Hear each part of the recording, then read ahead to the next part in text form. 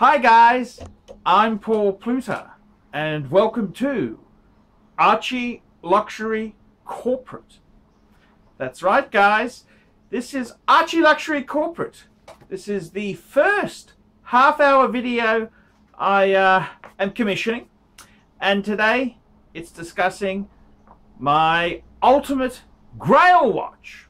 That's correct. I hope you guys watched the promo vid I made yesterday or the day before, where I featured a fantastic excerpt from the very famous British philosopher Alan Watts, and he's a very charismatic guy there. He was involved in a lot of he gave a few talks, and he discussed a lot of different lines of thinking for certainly his time period.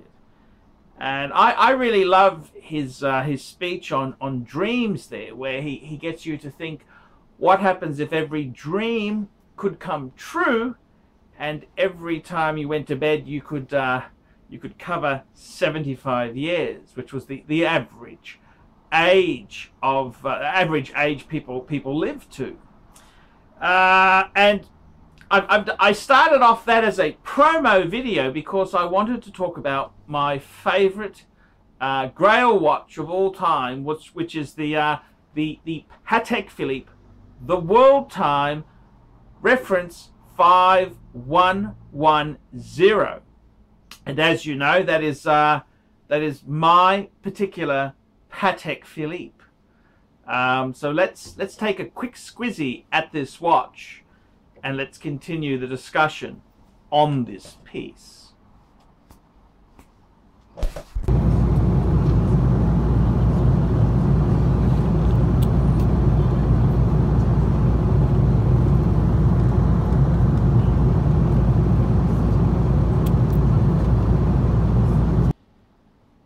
Okay, if I can go back to 2003, 2004, I was selling watches for a couple of shady characters, and I remember I was living in Pattaya in Thailand, and I was staying in this apartment building which had a wonderful pool, and I took up daily swimming. And I remember I got to a stage where I had a few watches. I was marketing a few pieces and selling some, but I said to myself, what is my ultimate GRAIL, my ultimate dream wristwatch of all time?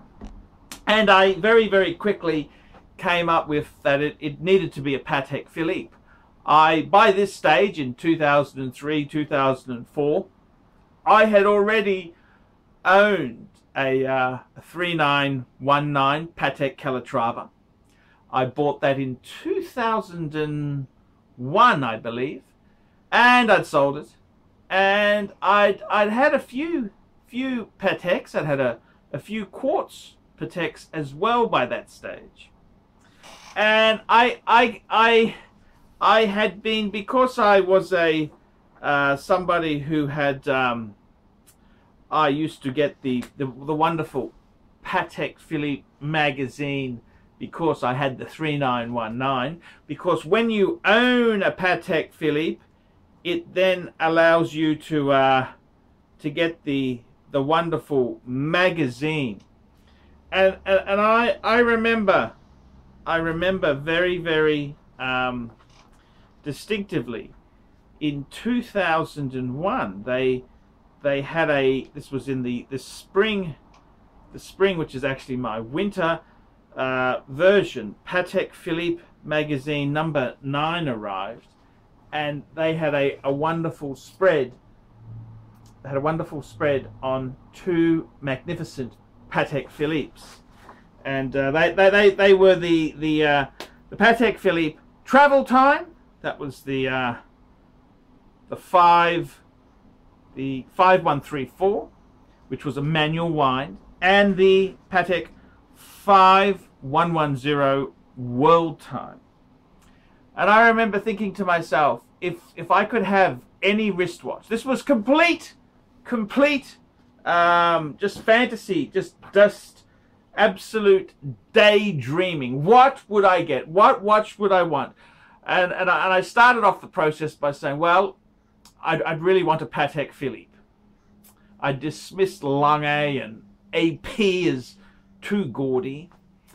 Had to be a Patek Philippe. Also, to share my initials, Paul Pluta, PP, you'd have to get a Patek.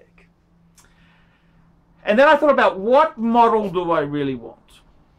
I'd owned a simple Calatrava in the 3919, and I thought, you know, I'd want something special. And I was living in Thailand, in Pattaya, and I thought, you know, what I would really love to have, because I just love traveling. I'd used to fly to Singapore, Hong Kong, back to Australia in the colonies, and I thought, you know, I'd really love to have a world timer, a WorldTime piece itself. And this was in 2003, 2004. The Patek Philippe WorldTime, the 5110, had been released in 2000. And it was a piece that I just felt, ooh, that would be amazing to own. And it's one of these adventures that one has. I remember swimming in the pool in Pattaya, thinking, what was my dream watch? I said, okay, it had to be a Patek. And I thought, you know, it would, I would really love to have a WorldTime as such. I thought it would just be so cool. And I can remember, I remember at the time, if you got classy magazines, they would have the advertisement for the Patek WorldTime, the 5110, and you never actually own a Patek Philippe, you merely look after it for the next generation. And I just thought, you know, that would be the choice model. I thought, what metal? I thought platinum, which was, platinum was often in the advertisements. I thought platinum is a little bit over the top. You know, platinum, so expensive. I thought, maybe not platinum. I'd actually like white gold.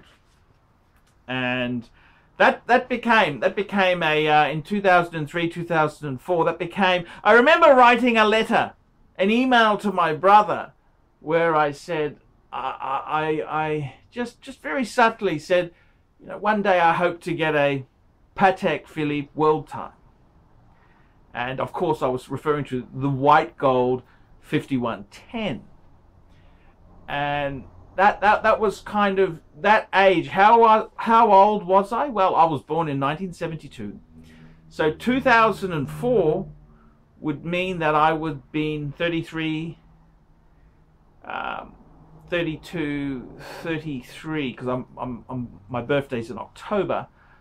I would have been 32 years old, and it's one of these things. It's a wisdom that I remember wanting one of these things and realizing, look, this would be absolutely impossible for me to achieve this goal, but really wanting one of these Patek Philippe WorldTime pieces. And it wasn't until many years later that the dream could come true there itself.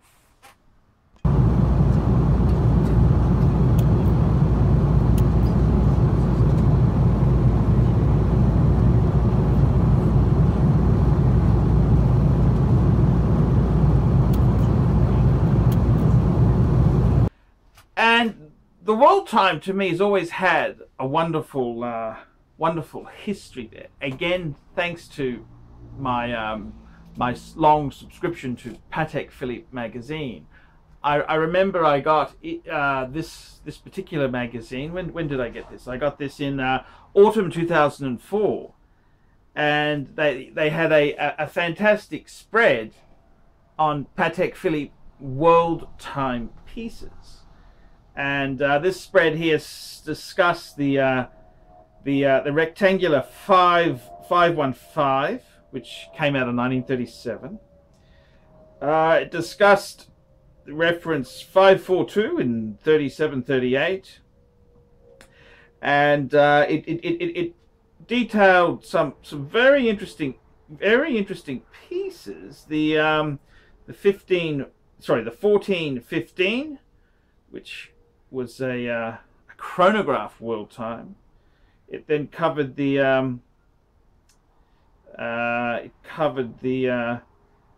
1415 without the chronograph, and finally my favorite incarnation, which was the 2523, which is very reminiscent of the 5110, because it actually has two crowns, but it looks similar to the modern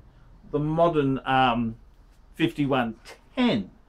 And I've got to tell you, it's an interesting complication. The WorldTime complication itself there, it came out by Louis, you would say, Louis Cottier, not Cartier. It's Cottier, Louis Cottier, and he had a number of. He actually licensed or lent this technology to a number of makers, but Patek Philippe is probably the most famous brand to have run with it. My favorite interpretation of it before the 5110 was the 1953 2523, which was the WorldTime with the two crowns.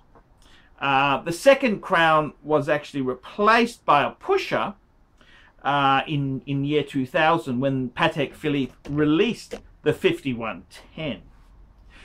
The interesting thing is with the 5110 and the two models after the 5110, the 5130 and the 5230, is that they retain the same movement.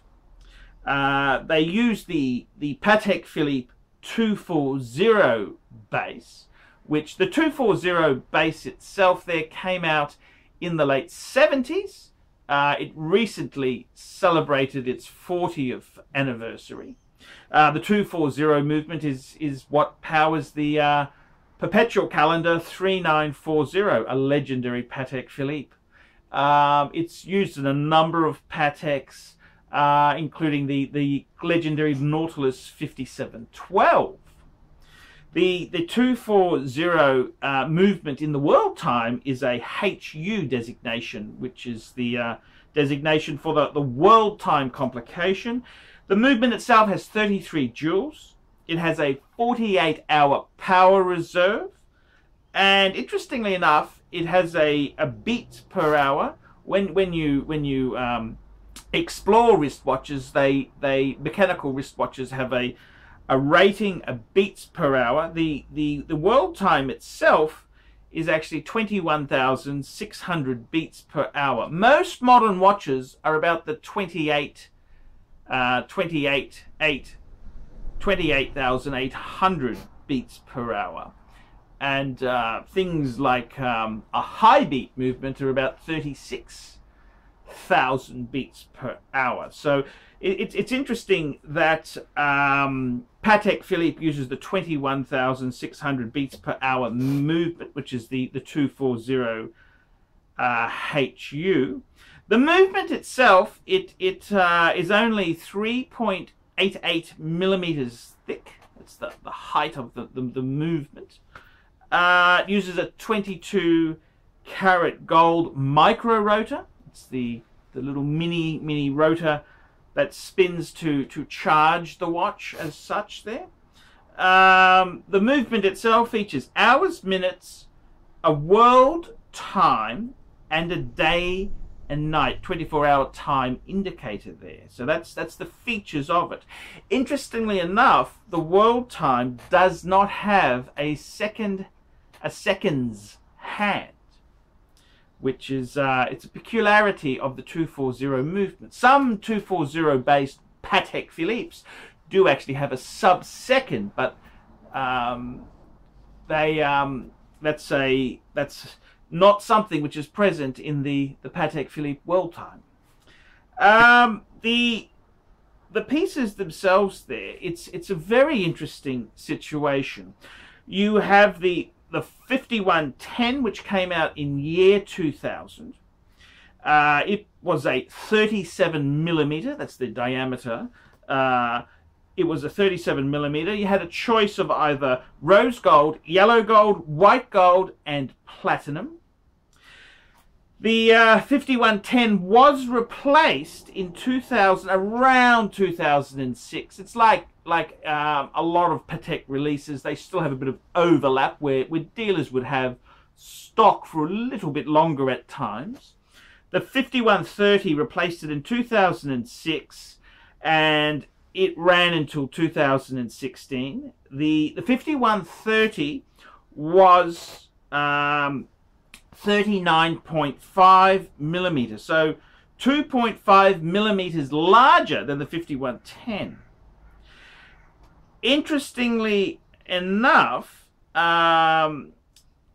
the 5130 had some more variations of metal. Not only could you get it in rose gold, yellow gold, white gold, and platinum, but you could get it on a fixed metal precious gold bracelet, all platinum. So that was quite a interesting change there. The model, the 5130, was also available as a 5131, which signified an enamel dial. It was the Cologne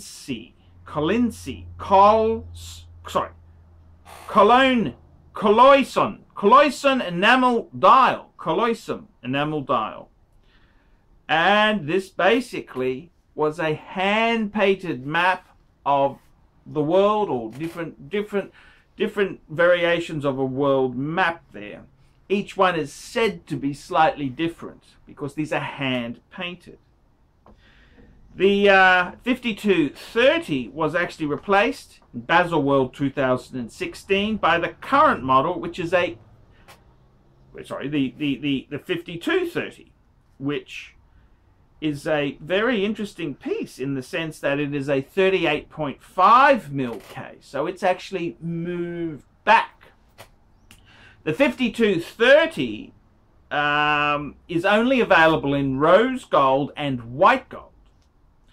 Some overlap on the 5130, whether it's still the current model, so they've kind of broadened the range.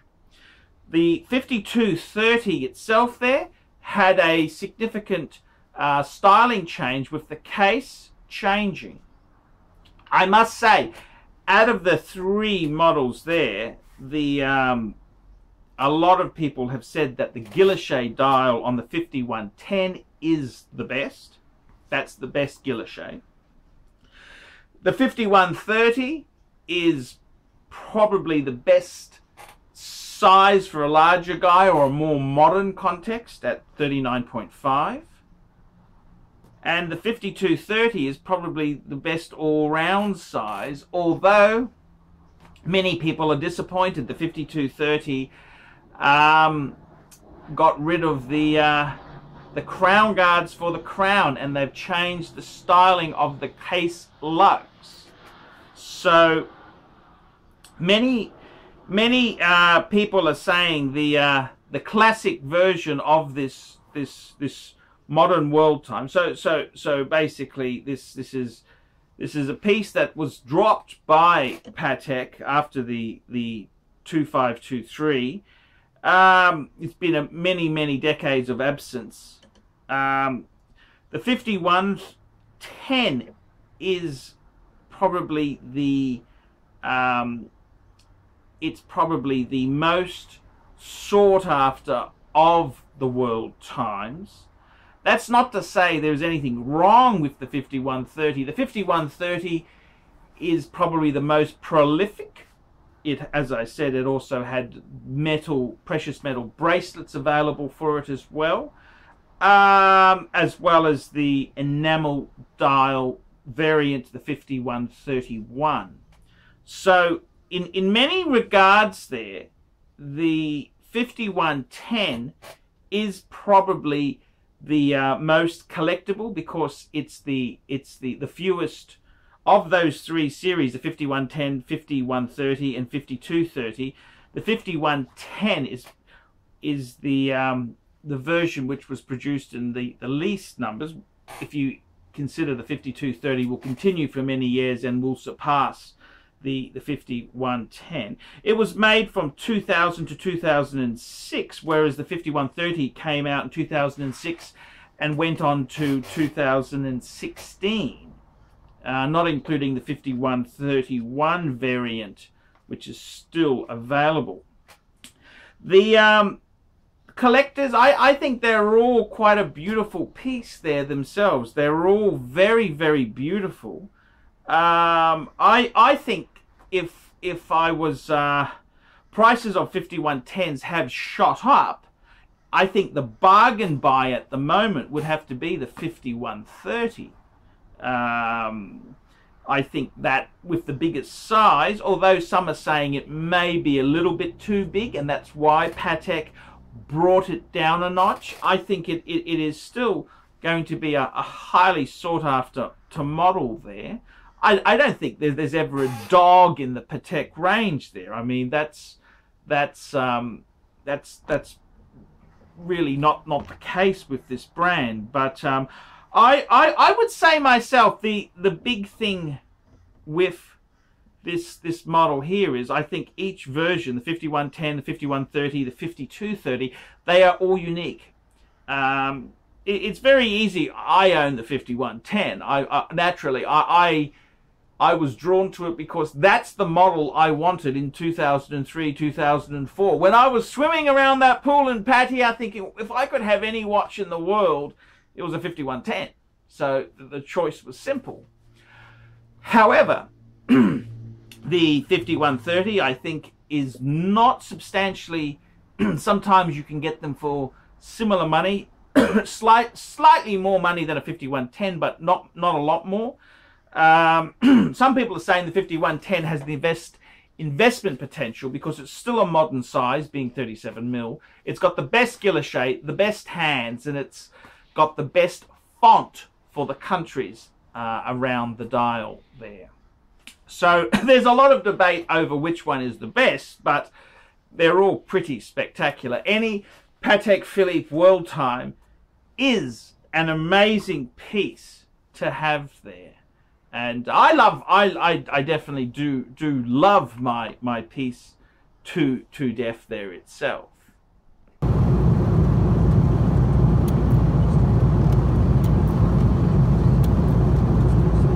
Okay, the reality versus the dream. Now, when I did finally acquire a Patek 5110, how does it compare? Well, I would have to say, when I did get my first WorldTime, I got a 5110G, G for white gold. And yes, I did actually love the white gold version spectacularly. At the time, I had a small compact collection with a GRAIL Reverso Grande, an Explorer 2 Rolex, and an Omega Speedmaster. So it fitted in beautifully with the white metal. But I must confess, my heart was drawn this vintage 2523, which I saw in different, when I was researching WorldTimes, it kept cropping up this image of a very vintage 2523 WorldTime, and I kind of fell in love with yellow gold. I had the opportunity to change from my white gold WorldTime to a yellow gold, and there was it also gave me an opportunity to travel when I flew to Auckland to sell the white gold Patek 5110, and I pounced on it. It was a I think I'm not one to criticize another metal, but for me it's been a journey. I started off my Patek endeavors with a yellow gold 3919. I then had a few quartz pieces, including a 3944, and I had a 5107 Calatrava in white gold, and then I've come completely back to the 5110 WorldTime, which was a complete GRAIL watch for me at the time, and I have acquired the dream that I thought I would never ever achieve. And it's quite funny because I remember when I got my 5107, which is a magnificent Patek Philippe. I remember when I acquired that, I said, wow, I've got a watch with crown guards like the 5110. And I still, at that stage, felt the 5110 was a superior piece.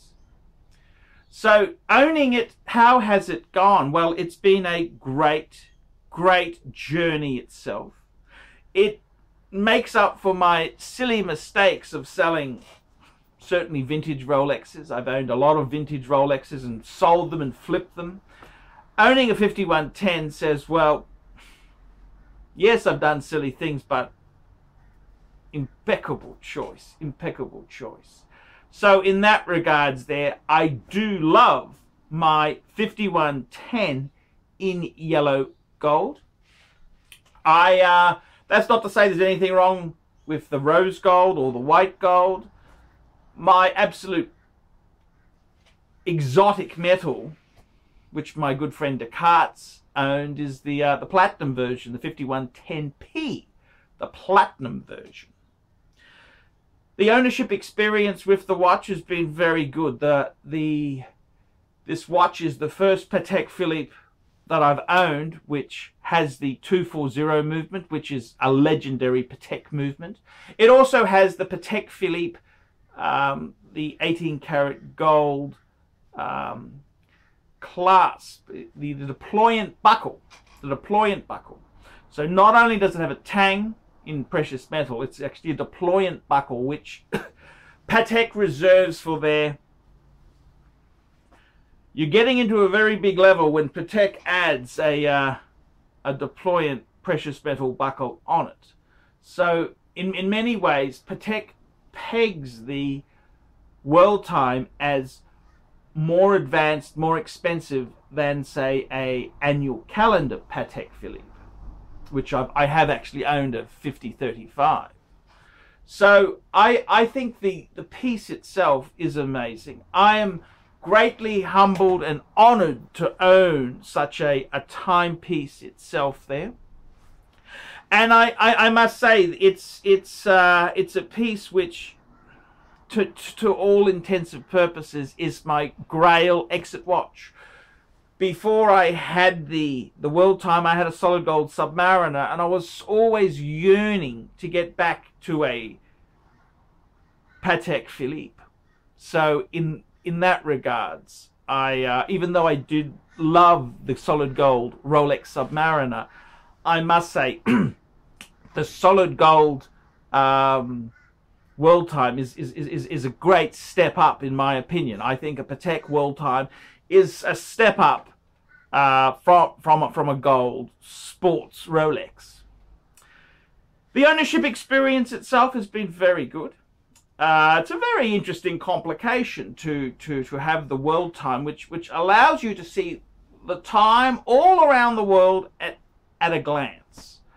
Give or take a little bit for daylight saving, which it gives you an approximate if there is daylight, and usually you know what countries are affected by daylight saving if you're bothering to check the time in that location.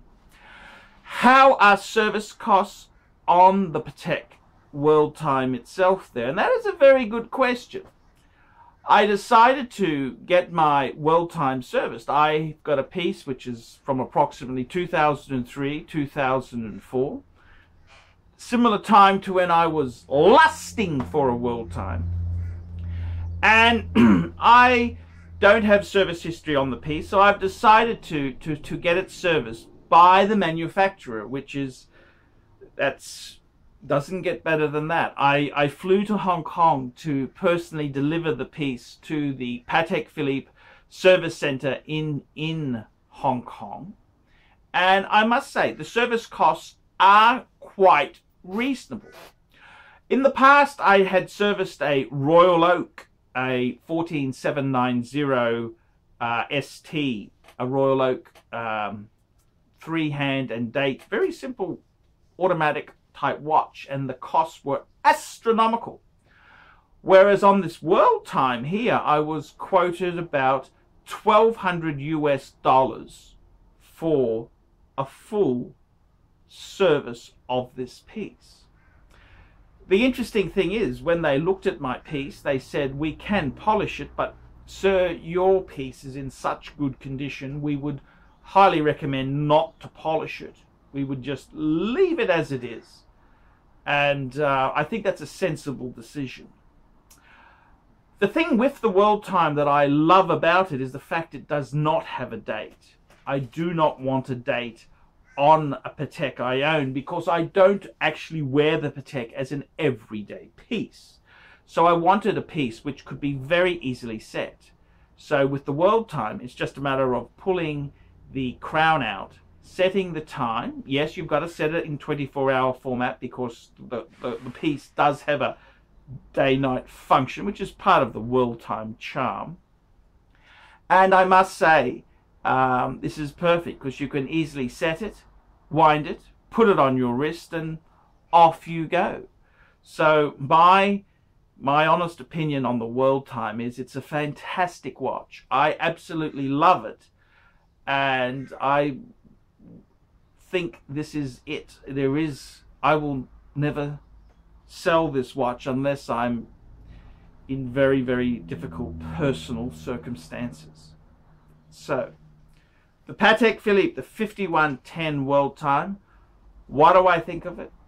I think it's my dream watch. It's my dream watch, and this has been my story on how I came to that decision. It may not be your dream watch, but the important thing is, it is my dream watch, and I'm very happy to own this said piece. Thank you very much for watching the ArchieLuxury corporate channel. I hope to bring quality content to this channel, and I hope to be presenting more videos soon. Please guys, these are very trying times. If you're able to send a small donation, that would be greatly appreciated.